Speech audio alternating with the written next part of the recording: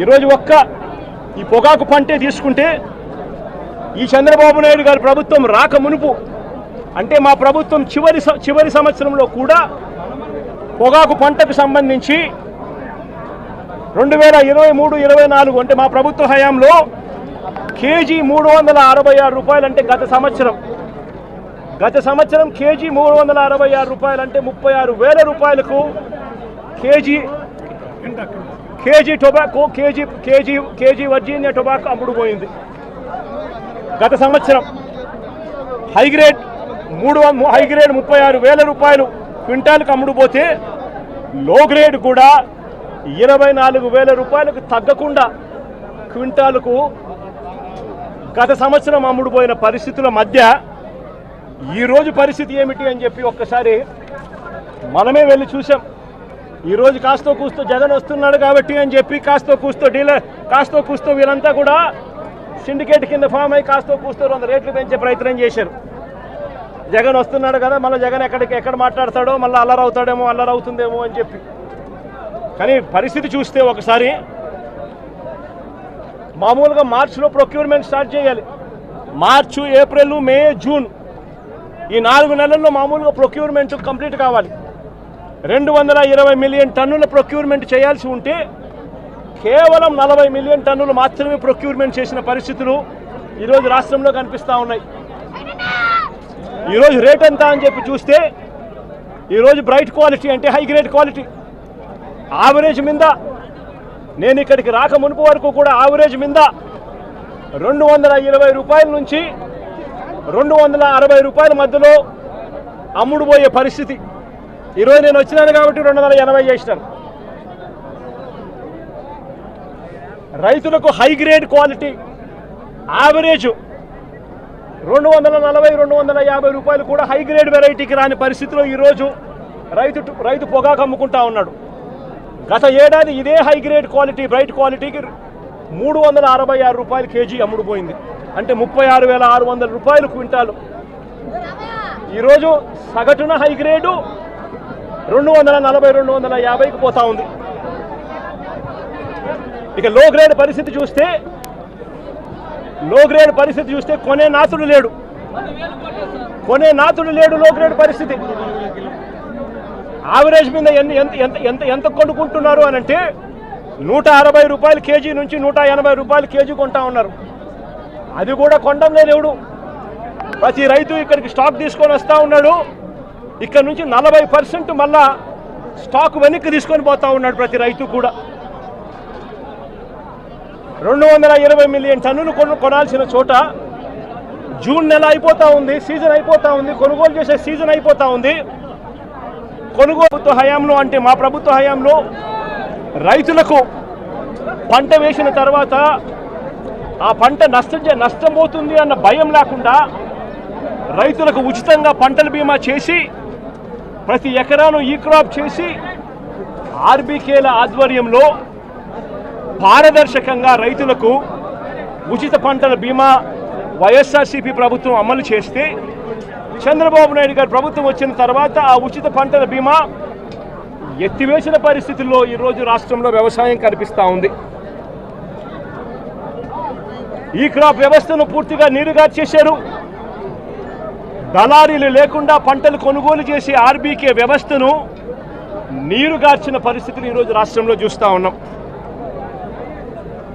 ఎరువులు, విత్తనాలు, పురుగుల మందులు ఇవన్నీ కూడా నాణ్యతను పరిశీలించి నాణ్యతకు ప్రభుత్వమే గ్యారంటీ ఇస్తూ రాష్ట్రంలో ప్రతి రూరల్ కాన్స్టిట్యుయెన్సీలో 146 ల్యాబులు ఏర్పాటు చేసి కాన్స్టిట్యుయెన్సీకి ఒక ల్యాబ్ను ఏర్పాటు చేసి ఆ ల్యాబులన్నీ అందుబాటులో తీసుకొని వచ్చి విత్తనాలు కానీ ఎరువులు కానీ పురుగుల మందులు కానీ ఆర్బీకేల ద్వారానే నాణ్యతకు గ్యారంటీ ఇస్తూ రైతులకు గ్రామంలోనే రైతులకు అందుబాటులో ఉండే పరిస్థితిని వైఎస్ఆర్సీపీ ప్రభుత్వం చేస్తే ఈ ప్రభుత్వం దాన్ని పూర్తిగా గాలికి వదిలేసి ఈరోజు మళ్ళీ రాష్ట్రంలో కల్తీ విత్తనాలు, కల్తీ ఎరువులు, కల్తీ పురుగుల మందుల మధ్య రైతు జీవితం తల్లడిల్లిపోతా ఉన్న పరిస్థితి ఈరోజు రాష్ట్రంలో కనిపిస్తూ ఉంది.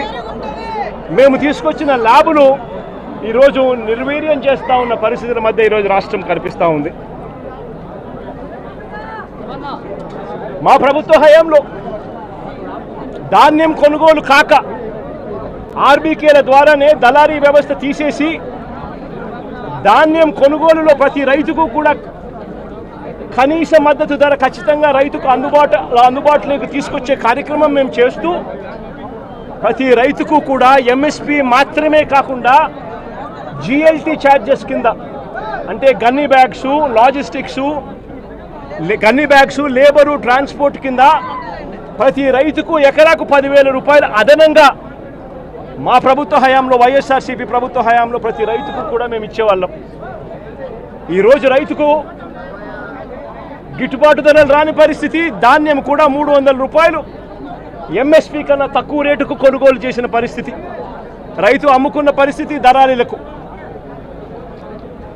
ధాన్యం కొనుగోలుకే కాకుండా మా ప్రభుత్వం వైఎస్ఆర్సీపీ ప్రభుత్వంలో గతంలో 3,000 కోట్ల రూపాయలతో ధరల స్థిరీకరణ నిధి తీసుకొచ్చి ఏకంగా 5 సంవత్సరాల కాలంలో 7,500 కోట్ల రూపాయలు ఖర్చు చేసి మార్కెట్లో కొనుగోళ్లు చేసి మార్కెట్లో పోటీతనాన్ని పెంచి రైతులకు గిట్టుబాటు ధరలు వచ్చేట్టుగా మా ప్రభుత్వ హయాంలో 7,800 కోట్ల రూపాయలు ఖర్చు చేసి రైతులను ఆదుకున్న పరిస్థితి మాది. అయితే కేంద్రం ప్రకటించిన పంటలకే కాకుండా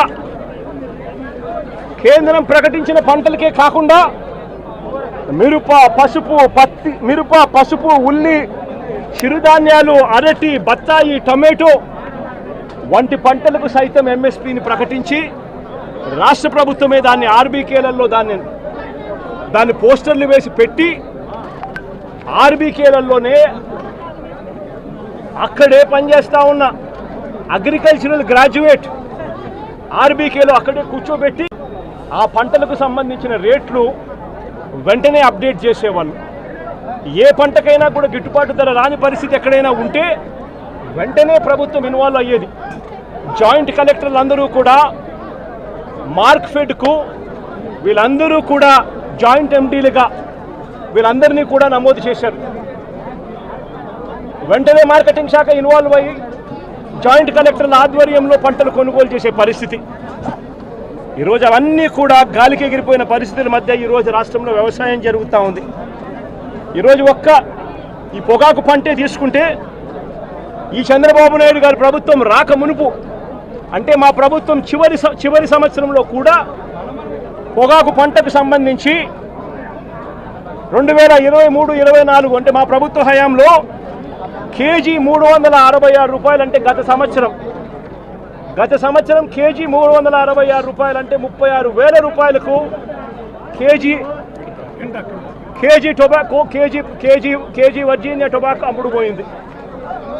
గత సంవత్సరం హైగ్రేడ్ 36,000 రూపాయలు క్వింటాల్కి అమ్ముడుపోతే లో గ్రేడ్ కూడా 24,000 రూపాయలకు తగ్గకుండా క్వింటాలకు గత సంవత్సరం అమ్ముడుపోయిన పరిస్థితుల మధ్య ఈరోజు పరిస్థితి ఏమిటి అని చెప్పి ఒక్కసారి మనమే వెళ్ళి చూసాం.